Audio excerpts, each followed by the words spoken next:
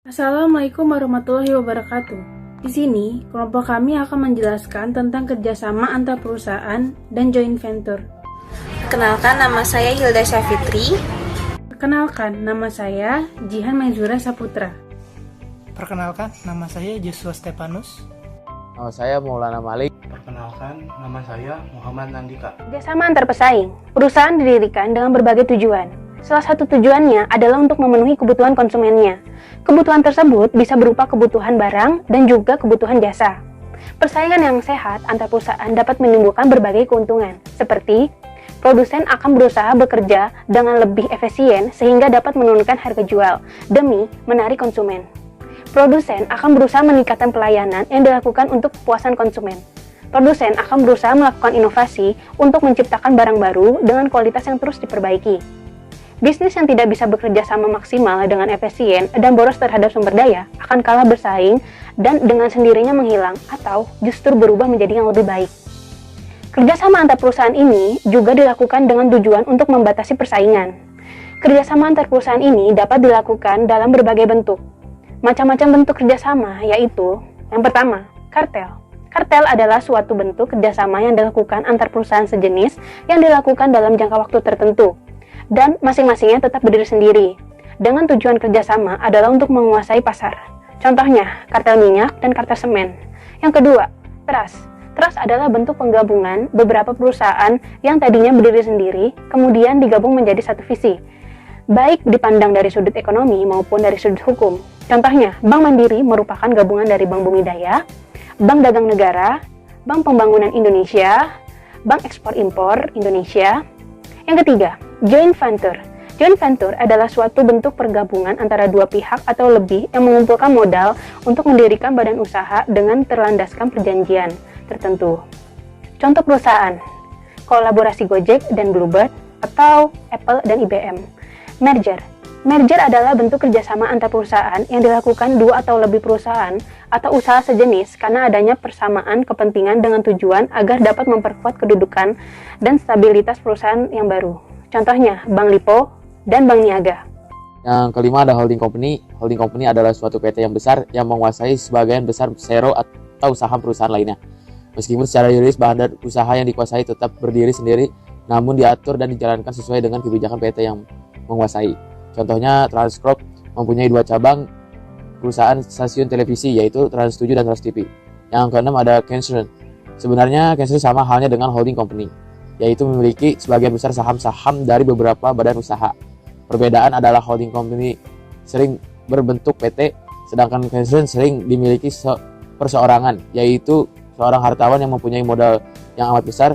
Contohnya, beberapa perusahaan tekstil bergabung untuk membeli pewarna pakaian dalam partai besar guna mendapatkan harga yang murah. Yang ketujuh ada syndicate. Syndicate adalah kerjasama sementara oleh beberapa badan usaha untuk menjual atau mengejar suatu proses produksi. Contohnya kerjasama antara PT Mitra Tama Kencana dengan PT Sasa Inti. Kedelapan ada production sharing. Production sharing adalah suatu bentuk kerjasama atau gabungan badan usaha yang mengatur tentang pembagian hasil. Production sharing dapat dilakukan antara badan usaha milik negara dan badan usaha milik swasta, maupun antara sesama badan usaha milik swasta. Contohnya perusahaan oil company seperti Shell, Chevron, dan Matran Oil. Yang kesembilan ada waralaba. Waralaba merupakan sistem usaha yang tidak memakai modal sendiri. Artinya, untuk membuka gerai waralaba cukup menggunakan modal milik investor lain.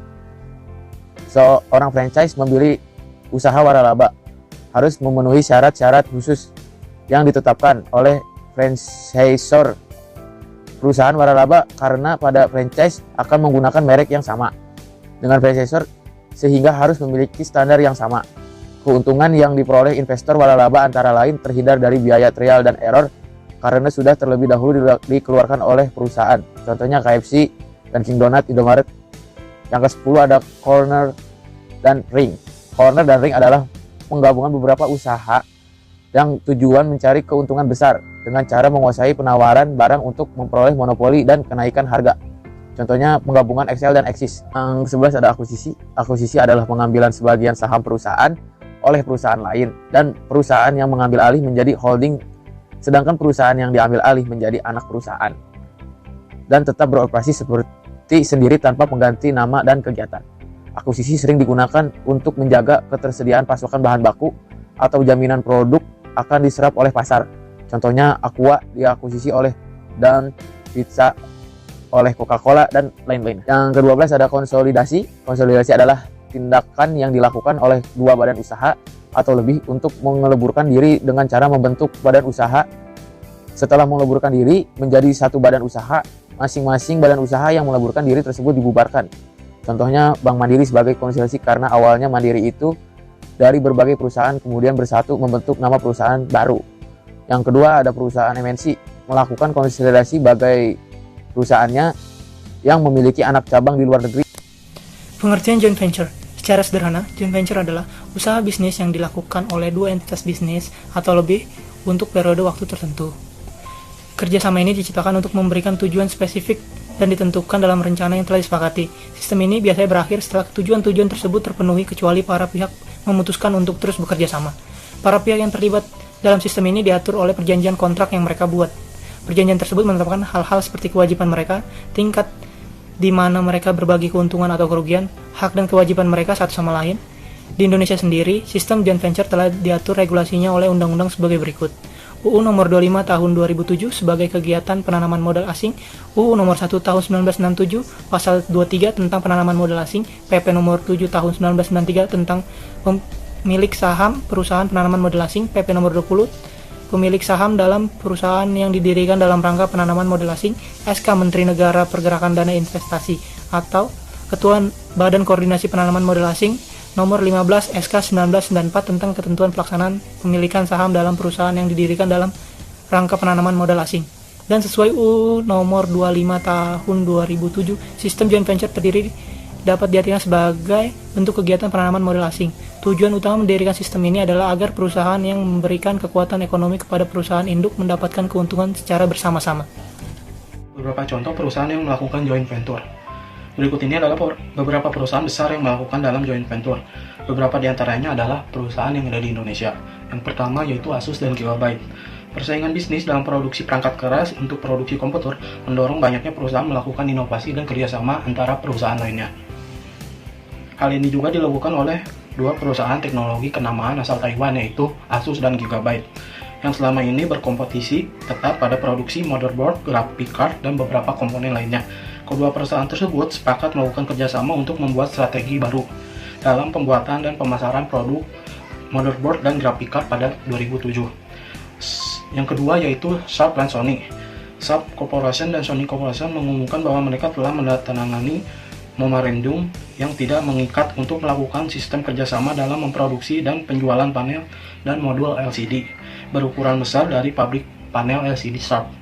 Secara hukum, kerjasama ini efektif pada 30 September 2008. Yang ketiga yaitu PT Suri dengan National Petrochemical Company of Iran. Di Indonesia sendiri ada PT Pusri bekerja sama yang melakukan dengan National Petrochemical Company of Iran. Kerjasama ini adalah pembangunan pabrik pupuk berkapasitas 1,14 juta ton per tahun. Saham Pusri sendiri di perusahaan yang dibangun dengan sistem joint venture tersebut mencapai 90 juta USD dan harus dicairkan dalam 4 tahun ke depan. Hal yang harus diperhatikan dalam sistem joint venture. Yang pertama yaitu tujuan khusus. Para pihak yang terlibat dalam sistem joint venture biasanya telah memiliki tujuan yang telah ditentukan sebelumnya. Mereka umumnya menyatakan tujuan ini dengan jelas dan perusahaan dengan persetujuan dan perjanjian yang telah disepakati oleh mereka. Yang kedua yaitu kesepakatan. Para pihak dalam sistem joint venture, yaitu para venturer bersama, umumnya melaksanakan perjanjian tertulis di antara mereka. Perjanjian ini menyatakan perincian secara kewajiban mereka, rasio pembagian laba dan rugi, dan hak dan kewajiban. Yang ketiga yaitu durasi tertentu. Karena semua usaha dalam sistem ini dibuat untuk tujuan tertentu. Mereka umumnya berakhir begitu tujuan tertentu terpenuhi. Namun, para pihak dapat terus bekerja bersama jika mereka sepakat melakukannya. Yang keempat yaitu pembagian keuntungan. Para pihak selalu menyepakati rasio di mana mereka akan berbagi keuntungan dan kerugian mereka. Jika tidak ada kesepakatan untuk efek ini, mereka harus membagi keuntungan secara merata. Yang kelima yaitu struktur usaha. Para pihak yang membuat usaha patungan dengan melakukan kontrol pada suatu aspek berikut. Yang pertama aktiva, yang kedua operasi, yang ketiga entitas bisnis itu sendiri. Selanjutnya saya akan bacakan kesimpulan dan manfaatnya. Yang pertama saya bacakan itu adalah kesimpulannya. Kesimpulannya yang pertama, pada dasarnya setiap perusahaan itu memiliki tujuan atau mungkin skala bisnis yang berbeda. Yang kedua, kedua perusahaan memiliki dasar kepemilikan untuk kepentingan bersama. Misalnya, dua perusahaan yang memiliki paten berbeda mungkin sepakat membuat aplikasi akuntansi dan akhirnya mereka sepakat untuk membuat sistem tersebut. Yang ketiga, perusahaan setuju untuk berbagi pendapatan dan pengeluaran. Kedua perusahaan dalam sistem joint venture berhak mempertahankan identitas perusahaan mereka yang terpisah untuk semua tujuan, kecuali yang sudah tertuang dalam perjanjian kerjasama. Selanjutnya, saya akan menjelaskan tentang manfaatnya.